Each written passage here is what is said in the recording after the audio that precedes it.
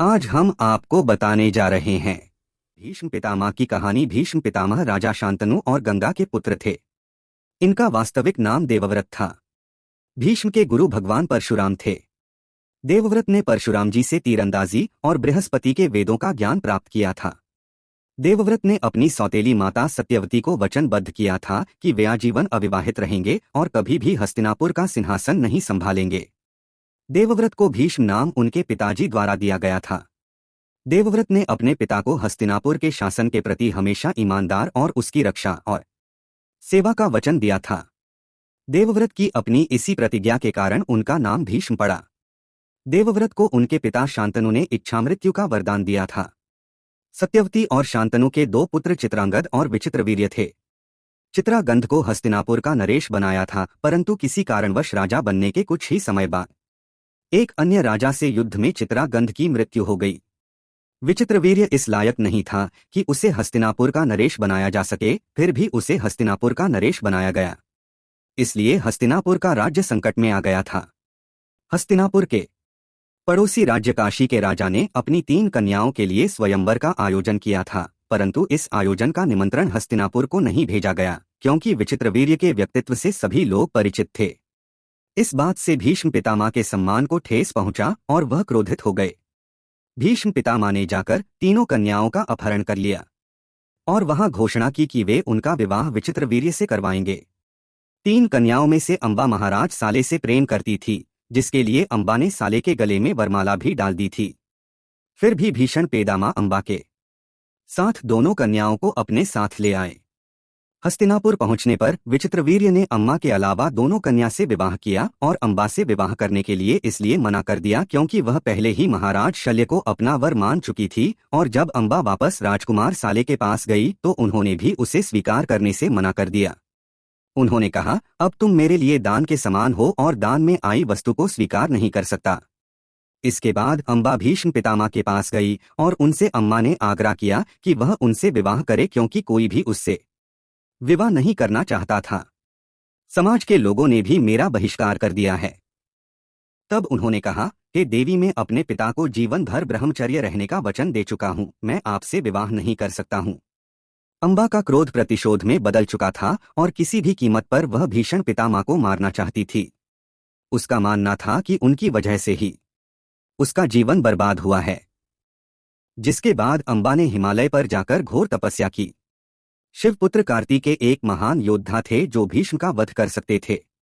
अंबा की तपस्या से खुश होकर जब कार्तिकेय प्रकट हुए तो उन्होंने भीष्म पितामह का वध करने का अनुरोध किया। तब कार्तिकेय ने उनसे कहा कि वे हिंसा छोड़ चुके हैं, अब वे शस्त्र हाथ में धारण नहीं करेंगे। इससे पहले कार्तिकेय ने न्याय की खोज में दक्षिण की ओर जो भी अन्यायपूर्ण लगा उसका वध कर दिया था। कार्तिकेय अंबा की भक्ति से प्रसन्न होकर उसे एक कमल के फूलों की माला दी और कहा कि जो भी इस माला को धारण कर लेगा वह भीष्म का वध कर सकता है, और वह फूलों की माला कभी न मुरझाने वाली थी। उसके बाद अंबा परशुराम के पास पहुंची, जिन्होंने भीष्म को शिक्षा दी थी।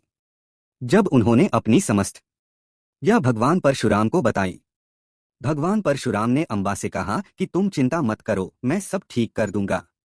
परशुराम ने भीषण को बुलाया और उन्होंने पितामह भीषण से कहा कि वह अंबा से विवाह कर लें।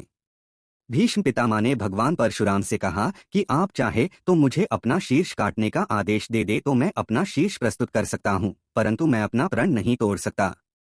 इसके बाद परशुराम और भीष्म के बीच असाधारण युद्ध होता है।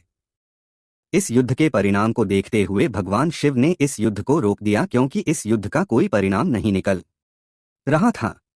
भगवान परशुराम ने अंबा से कहा कि भीष्म को मारने के लिए तुम्हें अब किसी और को ढूंढना होगा। अंबा फिर उस व्यक्ति की तलाश में निकल गई जो पितामह भीष्म का वध कर सके। अपनी परिस्थिति से निराश होकर अंबा हिमालय पर्वत पर चली गई। वहां बैठकर घोर तप करने लगी। धीरे धीरे अंबा का सुंदर शरीर दल पड़ने लग गया। उसकी तपस्या से प्रसन्न होकर भगवान शिव अंबा के सामने प्रस्तुत हुए। अंबा ने उनसे कहा कि आपको भी सो को मारना ही होगा। फिर भगवान शिव ने कहा, क्यों ना तुम ही खुद भीष्म को मारो और तुम अच्छी तरह से प्रतिशोध ले सकोगी। अचानक अंबा खुश हो गई। वह बोली, मैं कैसे एक महान योद्धा को मार सकती हूँ? शिव बोले, मैं तुम्हें वरदान देता हूँ कि अपने अगले जन्म में तुम पितामह भीषण को मार पाओगी। फिर हम अंबा ने कहा कि अगले जन्म में मुझे कुछ भी याद नहीं रहेगा, फिर मैं बदले का आनंद कैसे ले पाऊंगी? भगवान शिव ने कहा, चिंता मत करो, समय आने पर तुम्हें सब कुछ याद आ जाएगा, तुमने जो कुछ सहा है उसी प्रतिशोध के साथ तुम भीष्म के वध का आनंद ले सकोगी। अंबा ने अपने अगले जन्म में शिखंडी के रूप में जन्म लिया। शिखंडी एक कन्या के रूप में पैदा हुई थी, परंतु उसका पालन पोषण एक पुरुष के रूप में किया गया था। उसे अन्य पुरुषों की तरह युद्ध कला सिखाई गई। महाभारत के भीषण युद्ध में जब पितामह भीष्म ने कौरवों की तरफ से पांडवों की सेना का भयंकर नुकसान किया, यह देखकर सभी पांडव भयभीत हो गए थे। तब पांडवों ने भगवान श्री कृष्ण से पितामह भीष्म की मृत्यु का उपाय पूछा। भगवान कृष्ण ने कहा कि यह उपाय तो स्वयं भीष्म ही बता सकते हैं। पांचों पांडव भगवान श्री कृष्ण के साथ भीष्म पितामह से उनक। तब वे कहते हैं कि तुम्हारी सेना में जो शिखंडी है उसने जन्म तो स्त्री के रूप में लिया था, परंतु बाद में वह पुरुष बना, अर्थात युद्ध में भाग तो ले सकता है, परंतु मैं उस पर वार नहीं करूंगा। अर्जुन, यदि शिखंडी अर्थात अंबा को आगे रखकर मुझ पर बाणों से हमला करें तो मैं प्रहार नहीं करूंगा, तुम युद्ध में विजय प्राप्त कर सकते हो।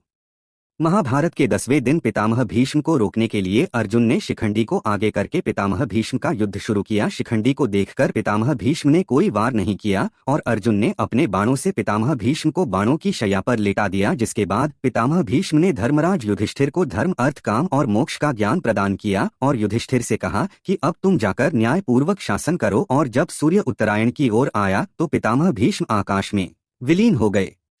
हमारे चैनल को सब्सक्राइब करें और साथ में बेल आइकन दबाना ना भूलें।